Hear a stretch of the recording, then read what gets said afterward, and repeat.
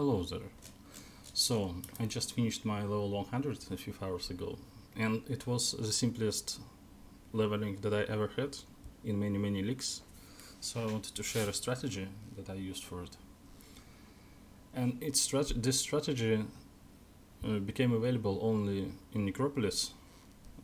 So, what about it? First of all, it's Betrayal. Betrayal always been a good experience strategy, but what's changed this league is that you can guarantee June in every map.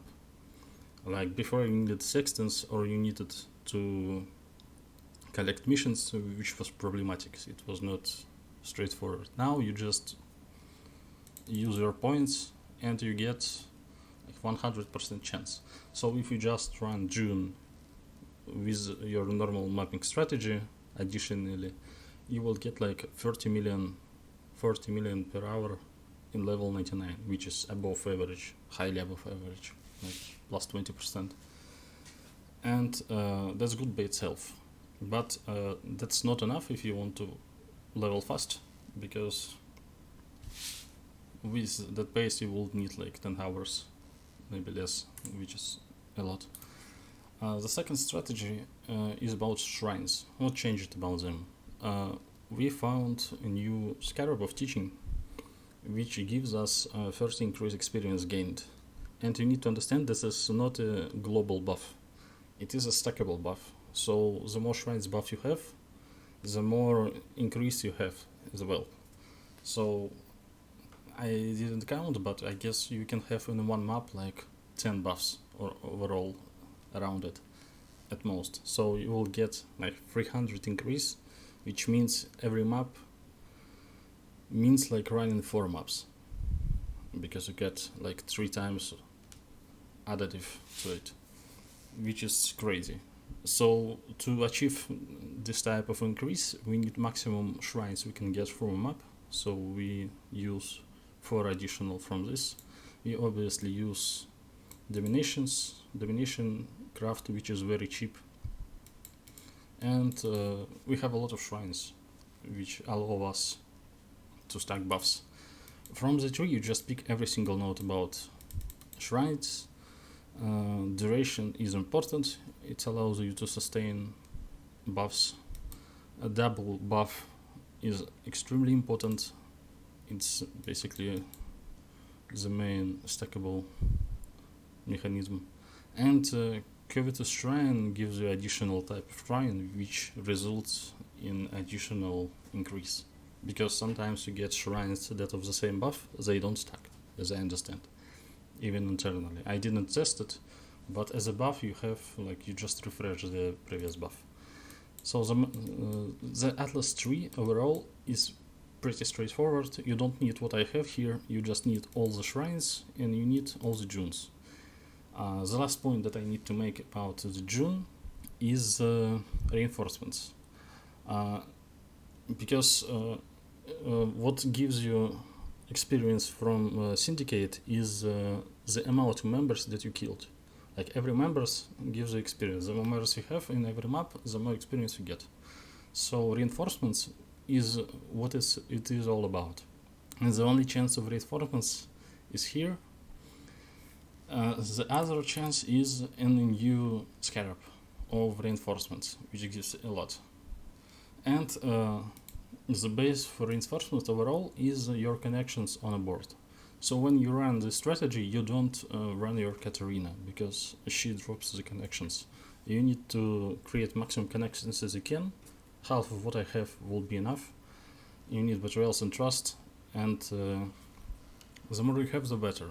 If you add reinforcements chance to it, then you will get like 2 to 3 members at least. If you have 4, it's crazy experience. But when I run this strategy, most of the time I will have 2.5 per encounter. And 100 million in level 99, it's based around 2.5 members per encounter. So if you have 4, it will be even faster. So that basically all about the strategy. The last point is obviously the map layout, because what we need to do is to collect maximum shrines, and when we have them, we need to at minimum time complete all the 3 encounters of Betrayal. So we need open layout that is basically close, every encounter close to each other, and you can find it easy. So I played Dunes before, I leveled, so I just tried on it. It is a really good layout. I don't think you can get a better one. I didn't test other maps, but from my memory I don't see anything better. So I'll just show you how it works in Dunes. I don't think there is a need to find a better map. So of course I can't show you how much experience I gain, but you can test it yourself. It's not that problematic, because all those scarabs are cheap. Like you need I guess like 50 to 60 of each scarab to run from 99 to 100, and it's like less than 5 divines to get so much. So let's play a single map. Nothing special here, just use domination. We don't care about league mechanic, because we only care about betrayal. Everything else doesn't matter.